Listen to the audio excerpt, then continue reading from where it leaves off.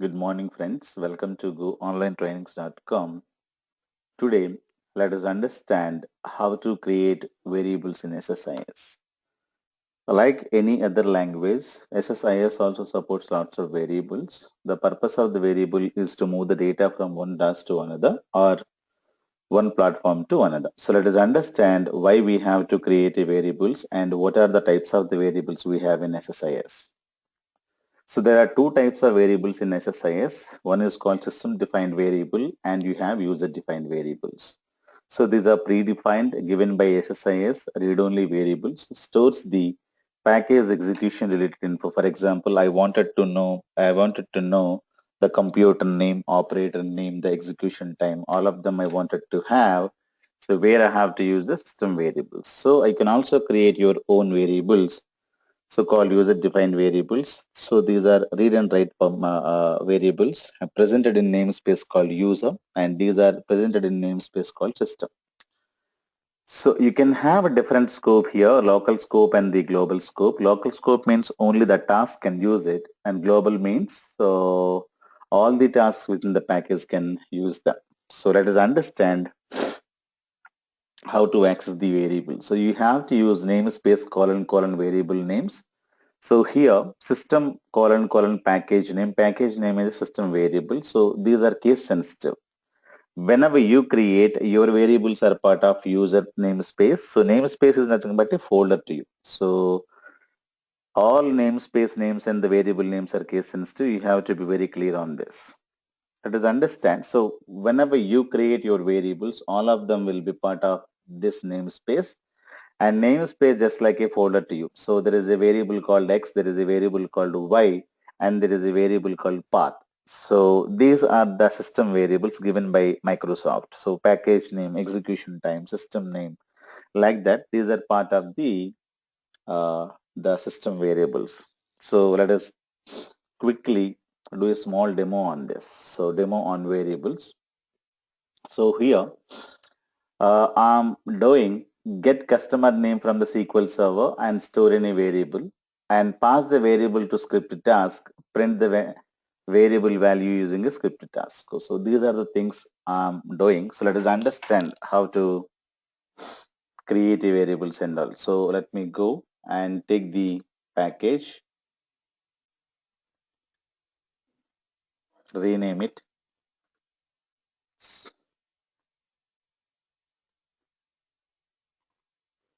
So demo number 16, let us have pass variables. Okay, so when you go to SSIS menu and there is a tab called variables tab, you have to click on this. When you click, you should be able to get this kind of a window, or when you close this, right click and you can also see variables. Okay, when you click on this, you should be able to get this. Either you have to click on SSIS menu, sorry,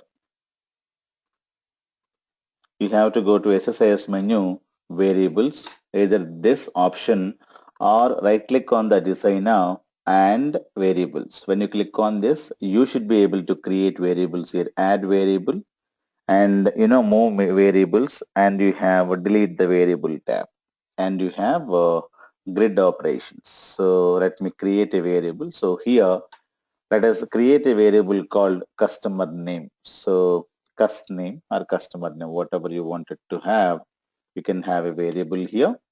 And the scope of the variable is demo number 16. This is package name, right? So the scope is the package scope and the data type would be a string I wanted to have. So this is my variable.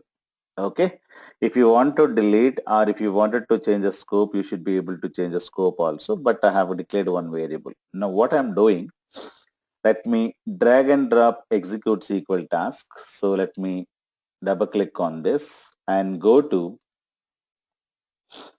new connection. I wanted to read some data. So let me go here and server name dot and database name you can change, you can take anything. So company database you can take and read. So let me quickly go to company database, and I think we have a table called employee table here, right? So where we have employee ID equals to 1. So I would like to read some data and I wanted to have name here. Okay. So let me take this and copy, and it is going to read the variable, the name of the employee. So let me go here and let me keep this. Okay. So when you execute and save the package and execute, it is not going to print anything. Okay. So it is getting executed. I had given a select statement. Why it is not working? Because, and this is, SQL Server window, you are executing the command. When you execute the command, you should be able to see John here because you are in the SQL Server and you are executing everything in SQL Server. But you're taking this command and going here and putting this and try to execute from here, definitely it is not going to show you the value of the the select statement because you are in SSIS and the command which you have used, this is going to go to SQL Server and go to execute that. So definitely whenever you execute something here, you will not be able to see the value. But how do I see the value? That is what is the important thing.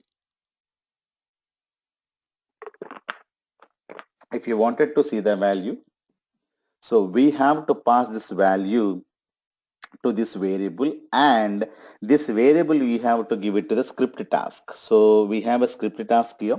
So it is going to use .NET code to print the values and all. So with the help of the script task, we should be able to get the things done. So let me double click on this. Now, when you read the data, so here there is another property called result set property. You have to just go there and we have a none, single row, full result set and XML. So I wanted to read a single row. So use the single row result set. So this is very, very important. So whenever you write the select statement here, you have to get the data from this task. You have to use result set as single row.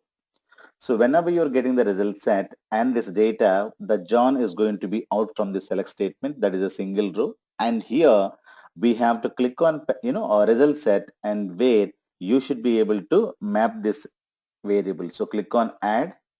So you have a customer name here and here you have to put 0. Okay. So result set name is 0. So whatever the data you're getting, the data, you're going to map it to the customer name. So why are we putting 0 here? Now 0 means here, so we have only one column. So the SQL Server SSIS will understand that the always it is a indexing number called 0. So either you can say name or you can say 0th position. For example, if you have employee ID comma name, so now employee ID would be in 0th position and the name is in the first position. So always the index number is going to start in SSIS with 0. Okay. So either I can say go to EID and get the data, or you go to the 0th column and get the data, or go to the first column indexing number, for first and get the data. So either you can use the name of the columns or you can use position numbers also. But unfortunately, we don't have employee ID, no confusion here. And we have only one column. So the column position number is 0. So when you keep 0 here, what is the name? So whatever the data you are getting from this, okay, and the 0th column has to be mapped, has to be mapped to the customer name. So whatever the data you're getting from the 0th column, that should go to customer name. So this is the meaning of this. So whenever you put a result set here, you have to come down here and you have to map the variable. So the 0th position column data would go to customer name, or you can also write the name of the column also. Name of the column is name only. But the problem with this is tomorrow if somebody comes and modifies this as upper, so upper name, then it is going to give you lots of errors. Try to understand because this is upper name here and the column name is upper, and when you give small name, it is going to give you lots of errors. So never write the column names as it is here. So put the column position numbers only. So here you may mention the smaller uh, name or the capital name, doesn't matter. So this is what is you have to understand. So now you have you're reading the data from the table and the data you're getting, and the data now you dumped into customer name over there, so that the customer name is having John. So this is a variable. Now what I'm going to take, so drag and drop a script task. Now pass this customer name to script task for the printing purpose. Now what is the purpose of a script task here? Printing the data. So double click on this. Now read only variables. I'm not going to modify anything here. So by default it is C#.NET. You can also change it to VB.NET. So let me put C#.NET, go here. Now when you come down, you should be able to get your data here. So we have a customer name, check this column. Okay. Now I'm passing the name of the variable. You can copy the data if you the table the variable names. If you want to copy, right click on this and copy. And if you wanted to edit script, click on this. Now here you should be able to edit the script and get the data. So I have small data which I'm going to use this to print the value. So when you go here, so let me come down. So here is the place where we have to write our code. Add your own code here and copy and paste it. So it is the variable. If you wanted to print messagebox.show DTS, and this is where we have to copy and paste your own variable here. So control V, so sorry. So you can just go to this window and copy this and go to this task here, and you should be able to control V, and the same variable name we have value.toString. So this is how you have to print the value in a .NET. So messagebox.show DTS dot variables. So whatever the variable name you wanted to print, the variable name dot value dot toString. And at the end you have to put this and save and go to the build menu. You have to build the package. So building means, are there any syntax errors? So building is succeeded here. So there is no syntax errors. So click on close and click on OK. Now you're reading the data from here, and the data you're getting as a single result set. And whenever you get the single result set and go to the result set column, you have to capture the data in a variable. And this variable, you are passing it to the script task, and here you're passing. And when you go to the edit script task, now you should be able to see when you come down here, you're putting this message to print something here, and you have to go to build menu and build it, and build is started and succeeded, and you have to close this and click on OK. Now you're passing data from one task to another and you're printing it. So click on start. Okay. Now always you should be able to get John as a value. This is how you should be able to read the data from one task to another and send the variable to one task to another, and you should be able to also print. But normally SSIS is not there to print the values because it is a background process, right? So printing is not at all permitted in SSIS, only for the debugging purpose. For tomorrow, if you have some kind of a variables that you wanted to watch, or you wanted to see that what is the value in that, so for the debugging purpose, troubleshooting purpose, sometimes you may use this kind of a script task for the troubleshooting the variables and all. Clear? So otherwise, printing is not at all recommended in SSIS, because SSIS is not to print the values of something else, and only to perform the background task. Take the data from the some X source and dump into Y destination. Okay. But if somebody asks, how do you perform this kind of a things? How do you pass the data? How do you use result set windows and all of them? And you should be able to understand like this. Now, this is the demo of the variable. So now Let me show you one more example here. If somebody asks you, I wanted to create a folder, we are able to create a folder with the static value. So India, US, I should be able to create. But now let us create a folder with a timestamp. So I wanted to create one variable and have a timestamp there. So let me quickly take one more package. So new package is this. And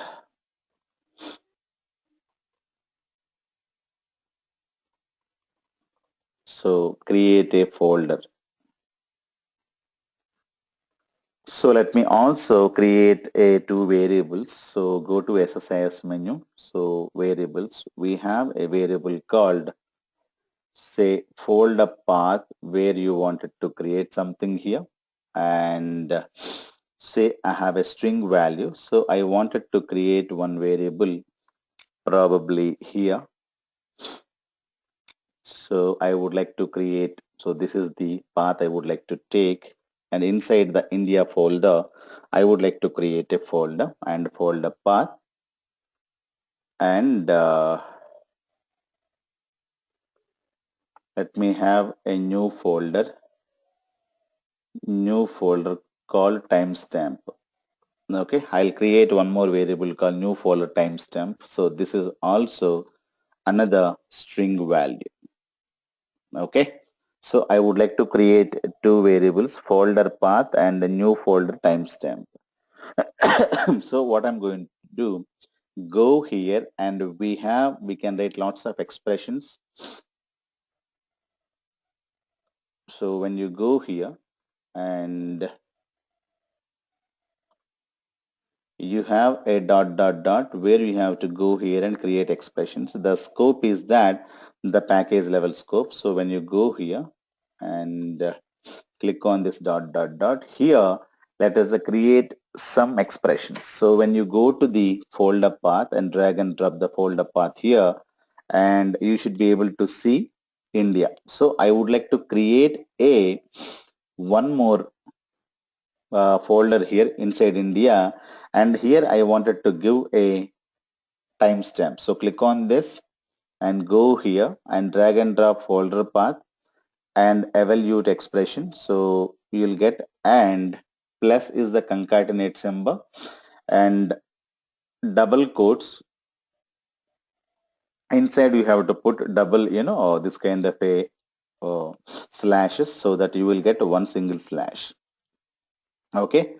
Plus I wanted to have the date and time value, or if you wanted to give some name of the, table. For example, name of the folder is say, I would like to have folder name is Google underscore. So when you click on this, so you should be able to get, so Google is the name of the folder, plus you wanted to have some kind of a date and time, you wanted to have it here. So when you go to the date and time functions, we have there is a function called get date function. So when you put get date here, you should be able to get the today's date and time. But when you click on this, it's going to give you an error because it is not a string data type. So I wanted to convert the date time value into the typecast. So when you go here, we have different typecast functions are available. I wanted to use dt underscore str. So string data, I wanted to use it here. So you have to prefix like this, and you have to give the length as a 50 here. So I would like to read complete the time and everything. And here we have to perform the SQL Server code page number. It is 1252. You have to hard code here. This is what is the SQL Server code page number. You can Google it. You will be able to know. So that this is what is the data. So when you click on this, you should be able to get like this. Okay. So you're converting get date into a string data type. So only thing is that you have to give the length here, and you should be able to find out what is the code page. So it is 1252 is the code page. You're able to get complete this one. But if you wanted to have only this portion only, so this is what is called substring function you should be able to use. so that you will be able to get only the required portion. So we have a string functions called substring functions here. So let me, you should be able to use this substring function. Now here, substring character expression and start and the length date you have to give. So here, let me take this control X. This is Y. This is what is our character expression, and control V. And starting is, say, I wanted to read from first letter and I wanted to take only the date portion, say some 20 letters, something like that. So I can have like this. Or if you need only the time, date only, so you can have like this. Sorry. So this is where we have to go and we have to click on this. So you should be able to get the pure date column only. So this is how you should be able to get the things done. So Google and click on OK and save. So this is the expression and this what you wanted to pass. Now to create a folder, we have to use file system task. Double click on this and you have to either source path variable or what is the operation you wanted to perform. I wanted to perform a create a folder, create a directory, and a source path variable, make it to true, and source variable, this is the variable I wanted to give.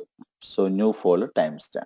So with this variable, you should be able to create the value, because where you wanted to create the value, this value will be created D India, the folder name is Google, and whatever be the timestamp of today. So you can also have date time or time if you wanted to increase the length here. Okay. So save and start. It is able to create. So when you go to India, so this is how you should be able to get the folder. It is a blank folder and that is created in 6:34 a.m. Clear? So if it is there, you don't want to create that, right? If you don't want to create that kind of a thing again, so use directory if exist, make it to true. So when you make it to true, if the folder exists with the same name, it is not going to create anything. So stop this. When you see here, it is still 6:34 and even though you refresh, you will not be able to create. So let me delete this and you should be able to create one more folder. So stop debugging it. So now you should be able to get, it is still in 6:34 mode on. Clear? So like that, you should be able to create the folder names with the timestamp.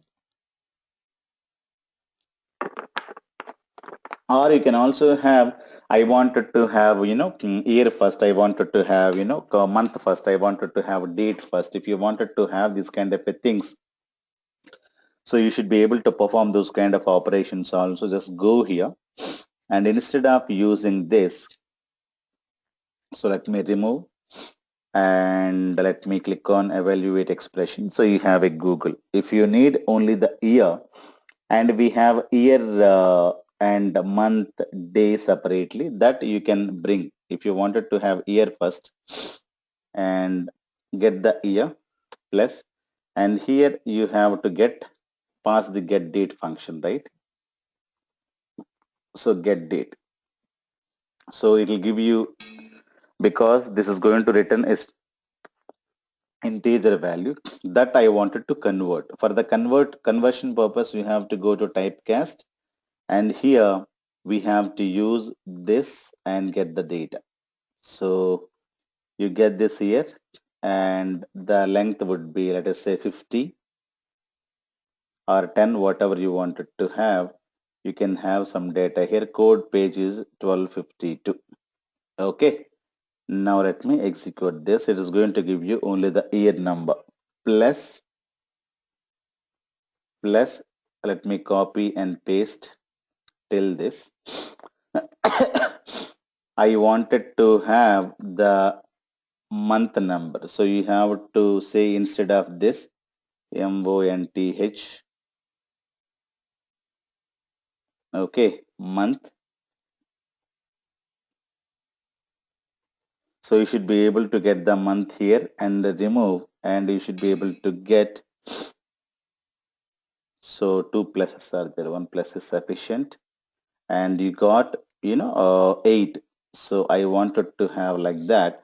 But I wanted to have month number with the 2 digits. Okay. So because when the people are giving like this, nobody knows. When you get to 16 and 8 and it is 12th, nobody knows that what is the month. For example, they wanted to have this is the year and they want to consider this as a month. So they wanted to have 2 digit numbers here. So now unfortunately I got here.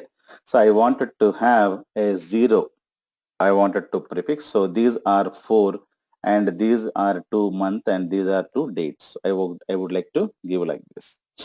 Or if somebody tomorrow if it is like this, then you'll get a confusion, right? So what is the date and all you wanted to perform? So I would like to prefix, you know, plus I would like to have a 0 here. So when you execute this, you should be able to get 201608. So I wanted to have like this. But tomorrow, if the month name is 12, if the month name is 12, what is going to happen? You're going to get like this because 12 and you're going to put the prefix 0 and this is not at all good. So when you have, month number is more than 2 digits, you wanted to take first 2 characters only from this. So prefix 0 and get the first 2 characters and you will get 12 only. So I wanted to use one more function here called write function. Write, okay, open the bracket here and take 2. So what is the meaning of, for example, if the month name is 12 and from the 12 it is going to give you, write 2 characters. So 1 and 2 and even though the 0 is there, it is not going to omit. So if you don't have the write function here, for example, let me remove the write function and let me remove everything here and click on evaluate. It's working fine. But tomorrow if somebody enters say 10 like this and you should be able to get like this. So 1016, 108. I don't want to get 108. I wanted to get only these two. So for that purpose, I have to use R write and go here and put 2 letters. And when you read, you're going to get write 2 letters. So the one is not there, even though you have any big number. So you should be able to get first, the last 2 characters. So like that, you should be able to put a 0 here. Okay. Now plus, let me copy and paste. Here also, I wanted to use a day. So here also I wanted to have, if it is giving you a letter as 1 or 2, if it is giving you first, 1, 2, 3, 4, 5, I wanted to prefix with 0, 0, 1, 0, 2, 0, 2 like this. If it is, having 10, 11 like that, it is going to prefix with 0 and get last 2 characters. So like that, you should be able to get. So this, if you wanted to have only the month first day first only, you should be able to string. Or if you wanted to have different characters, and double click and underscore and copy and paste and put, so like this, control C and control V, and you should be able to get this kind of strings and everything. So these are the individual parameters. Still you should be able to put like this and click on OK. Now save and run the package. So you should be able to go, and this is how you should be able to get the data. So then if you wanted to get the time also, you should be able to use the time and everything. Clear? So these are the things you should be able to understand whenever we talking about the data or the folder names where you wanted to perform some kind of a operations with the variable values, and when you wanted to perform timestamp operations. So you have to write this kind of an expressions. Always we have to click on evaluate expression and see how it is going to work. Okay, so this is how you should be able to understand, create a folder with the timestamp and all.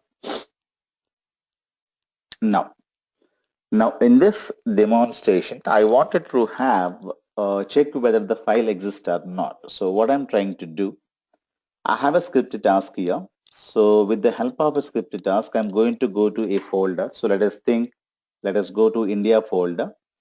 And there is a file called employee file or not. You wanted to check that. If nothing is there in this folder, you have to return false condition. If something is there, you have to take the data from the folder and you have to dump the data into a destination. So this is what I'm doing. File exists and perform the data flow task. If file does not exist, and you have to log the data into SQL Server table, and with the help of data flow task, take the data from the data flow task and dumping, and after that you have to perform a kind of a log load. So let us understand what we are doing here. Demo requirement is a check whether the source folder has files or not. So this is a validation you're going to perform with the help of script task only. I told you if you wanted to perform complex operations, you have to use .NET code only. So I wanted to know whether this folder has files or not. So if there is a file, then you have to continue further. Otherwise, you have to log saying that the file is not. If file exists, load the data. Move the file to the archive folder by adding a timestamp. Okay, so I wanted to have, if the file does not exist, log the details into a table. So this is what is the demo requirement. So let me quickly take a new package.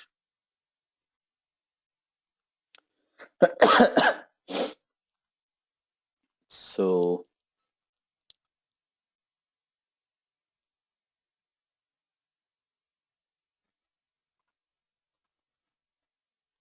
now here I am planning to create two variables here. One is file flag and file path, where I wanted to see the data and everything. So let me quickly go here, go to SSIS menu. Already we have variables window open.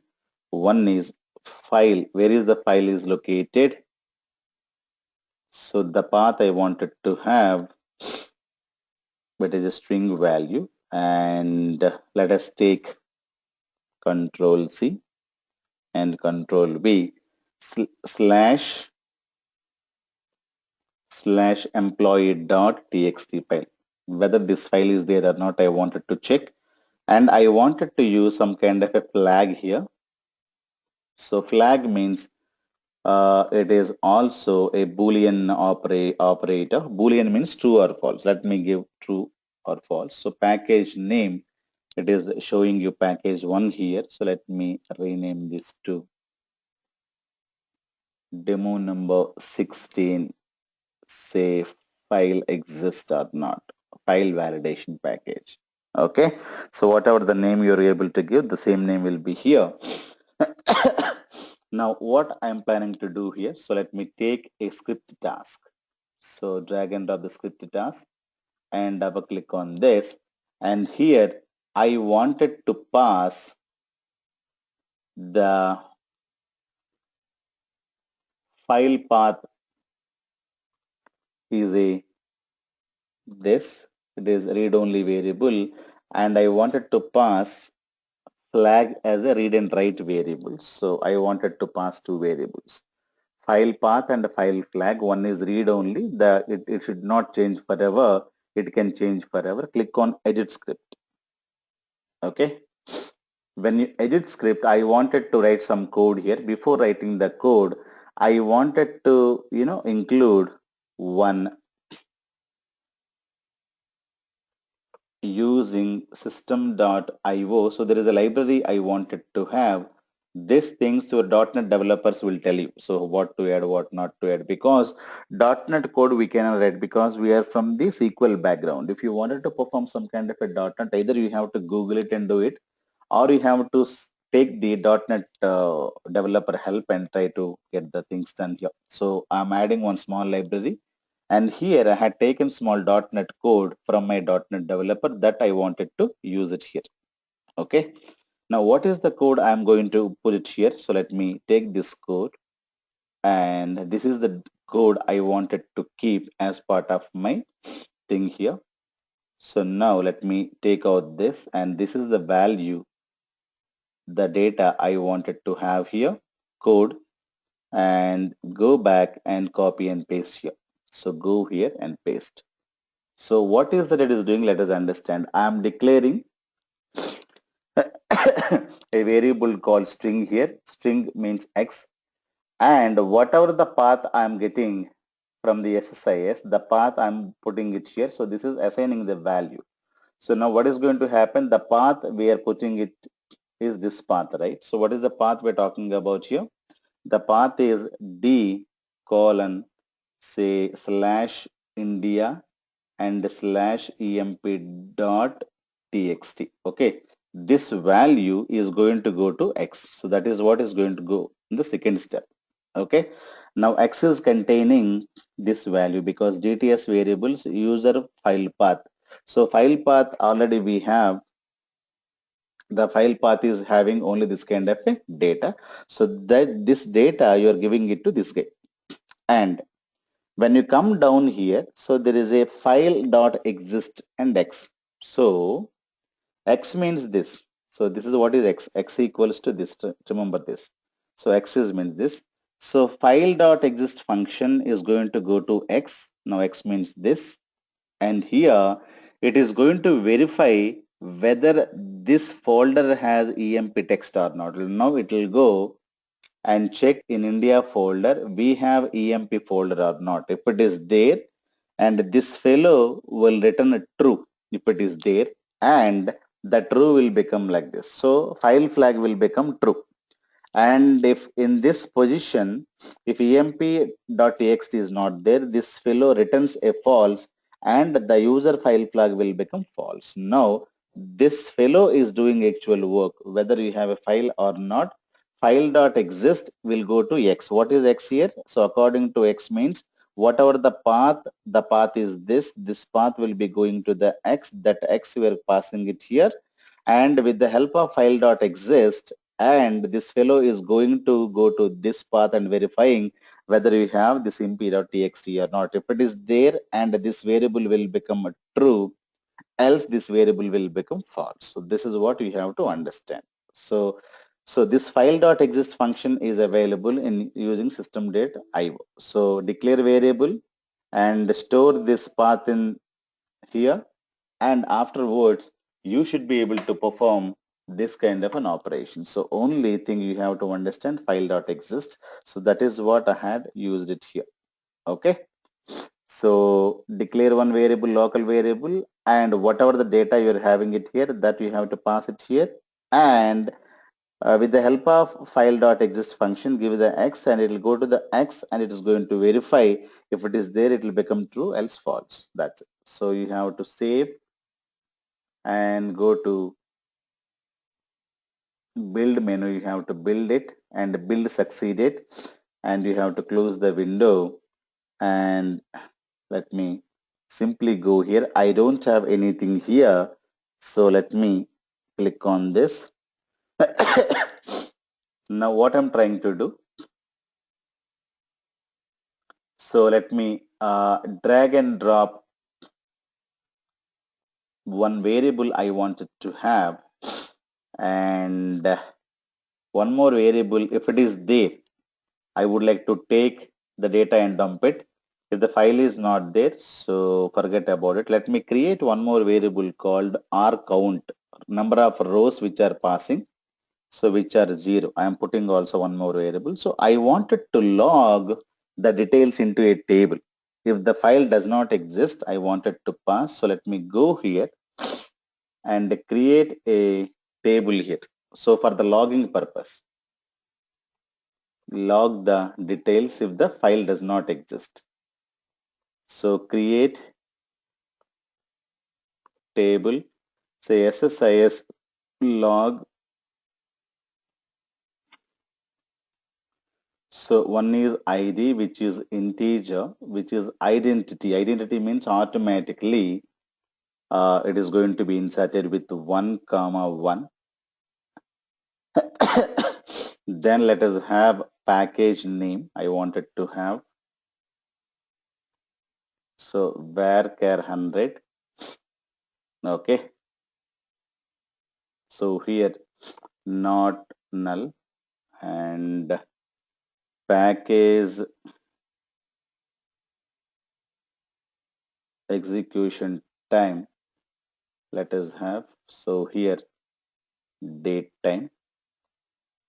So when the package got executed and I wanted to have row counts, how many rows it has taken from the source to destination.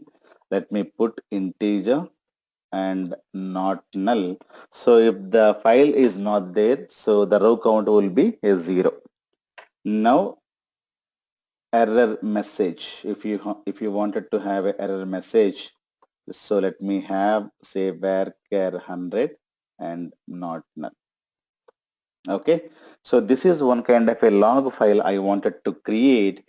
If something is not happening properly, I wanted to log the data saying that this is the package and this is the time it has run and number of rows it has taken from the source to destination is 0, and what is the error message saying that I wanted to have the file does not exist in the source folder, something like that. I wanted to give some kind of a message. Okay, execute. Now, how do you insert the data? For inserting the data, we have to say insert into SSIS log space values. So the first value is automatic number, so don't worry about it. The package name, I don't want to hard code it. I wanted to pass with the help of a variable. So put some question mark. So when you put the question mark, what is the meaning here?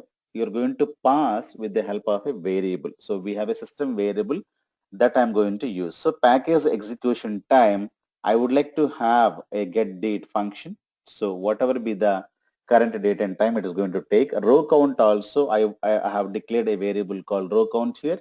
So for this purpose, I wanted to have a variable here, and comma error messages you have to give error. So this you have to add code. So error, the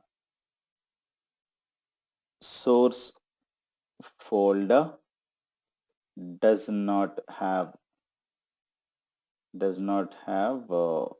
file. So this is the error I wanted to print. So the source folder is not having a file. Okay, this you wanted to hard code and you have to put this. Now here also we have to put this is the 0th position question mark and this is the first position question mark. So you have to understand where and all you have to map a variable. So one is the 0th position question mark, the next one you have the first position question mark. So this is the thing I wanted to use. Copy this, and so if something is not there, I would like to go to execute SQL task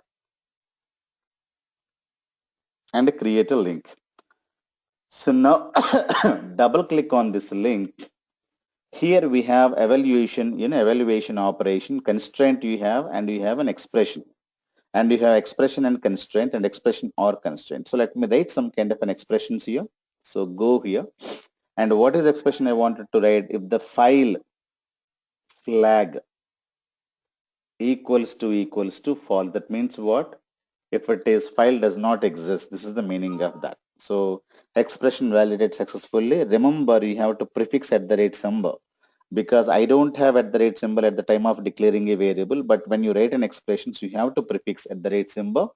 So case sensitive. So this is the value you're going to have. If it is not having a file, it is going to be false. If it is false, then you have to just come here and you have written some expression. So double click on this and go to a company database, and here you have to copy and paste. Okay, so this is the thing I wanted to have. So now I have 0th position question mark, I have 1 position question mark. Here I have to put some parameter mappings. So go here, click on add. So what is the first one I would like to have here? The first question mark is this, and this is the package name. So when you go here, so you have a package name variable, system variables. Just go here, machine name. You have a package name, system variables. That is a varchar value. So go here, type varchar and varchar value. And the parameter name you can say 0. 0th means what? So whatever be the question mark is available in the 0th position, so that question mark will get package name. And the package parameter size -1. -1 means whatever be the size you're getting. If you know the size is 100, you can put 100. But if you're not sure whether it's 100 characters or 1000 characters, the better you have to put -1. -1 means whatever be the size the SSIS is getting, that is the size. So what is the parameter name 0? 0 means, as we discussed, so this is in the index position. So whatever the data you're getting to the 0th position, so there you have to map this value. Now the package name will be mapped to this question mark. And you have one more question mark 1. So here the row count is the next value. So row count I had declared a variable. So click on one more. And you have, when you come down, there is a row count value, and which is a numeric value, and this is the position number 1. So like that, and parameter size is -1. So you have two question marks here. So this is the package name, this is the row count. So row count we had declared initially as 0, and I'm not getting any data because the folder itself is not having anything. So save, and let me go here and let me read the data. I don't have any data here. So SSIS log. I don't have anything here. So go back and save and start debugging. Okay, so I don't have any file here. It is executed and log the data here. So when you execute, you will come to know. So demo number 16 file exists. This got executed. Number of rows 0, and this is the time error. The source folder does not have a file. So this kind of errors you will be able to get like this. But if the file exists, let me create one file called emp.txt. Let me take one file here, emp file. So employee ID, employee name, employee salary, say 101, let me take John and 1000, 102, say Ravi 2000, and 103, say David, say 3000, and save, and let me keep the file there. If it is having the file here, and when you execute, it is not going to execute, because if false only, this is going to execute. So let me take one more data flow task. I wanted to take the data from there. So data flow task, and take this and keep it here, and double click on this and take the expression. So expression here, file flag equals to true. So it's not there. So double click on this. I wanted to take the data from the flat file source. Double click on this and go to that folder called India. So flat file source, and go here. And I would like to use this file as it is. So preview is this. And I wanted to use, while the data is number of rows are flowing, there is a transformation called row count transformation. So count the rows as they pass through the data flow. So how much data it is going, this fellow is going to count. So let me take this and double click on this here. I would like to have this variable here. So what is going to happen? This fellow is going to count the number of rows which are passing through, and that value will be stored in this count. Okay, this variable by default you're having 0, but in row count will come here.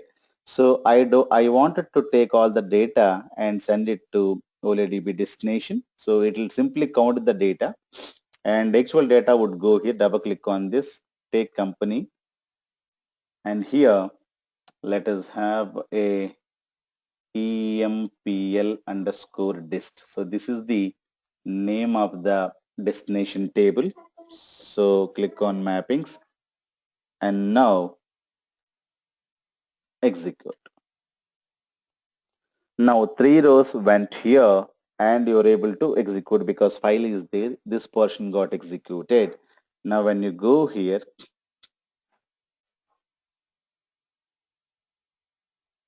so select star from EMPL.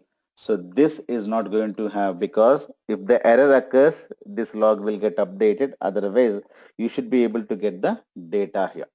Okay. So 3 rows got executed here. So let me delete this data,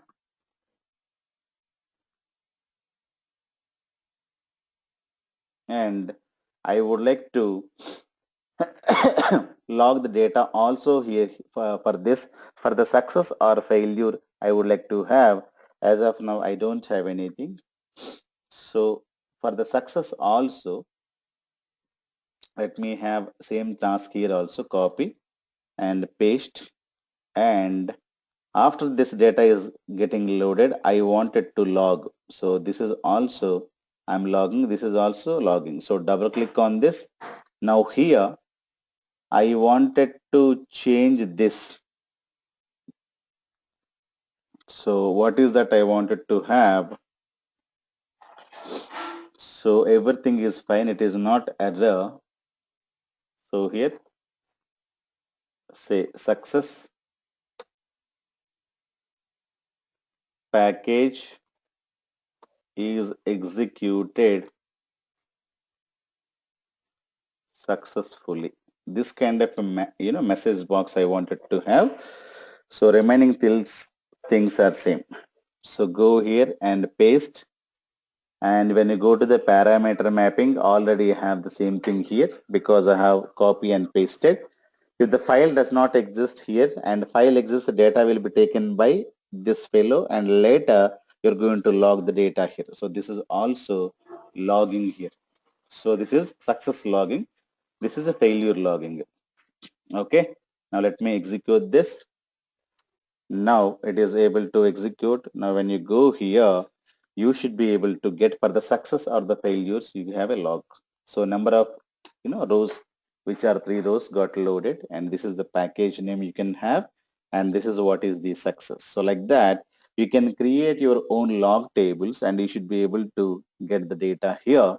And all packages can use the same simple log table here. And so tomorrow, if the DB is executing the data, so he will come to know what is the real error. So you can have the lots of complex error messages also you should be able to have with the help of, there is a, when you go here, so you can have a real-time errors also. There is the error, the description code is there. With the help of this, you should be able to capture the real errors and everything here. Okay, so you have package name machine, I don't know. So I'll show you later. So you will have a variable where you should be able to capture the errors also. Okay, so actual errors and all you should be able to capture, and you should be able to give it to them. Okay, so this is how you should be able to work with variables, and the variables are quite important for us. So whenever you declare the values and all like that, all the validations can be done with the help of script task. One validation we have done, so whether the folder has files or not. So the customer may tell you whether the file is belong to today's date or not. If it is today's date, and take the file, otherwise no. So that means I have to compare the date modified as 16th. 16th is today's date. If it is having 15th date, and don't touch the file. So like that, you should be able to have lots of requirements can be achieved with the help of a script task, or whether this is having data or not. If it is not having data, you will be able to get a 0 KB here. So I wanted to find out whether the file is there or not. If the file is there or not, whether it is belong to today's date or not. And if it is there, and I wanted to verify what is the size. If it is size is 0 KB, you have to give error saying that it is not having any data. So all these things can be done with the help of script task only. So all validations and all. So simple code I had written. So you should be able to also work if something is not happening properly, and you should be able to work with the script task and remaining tasks. Clear, guys? Any questions?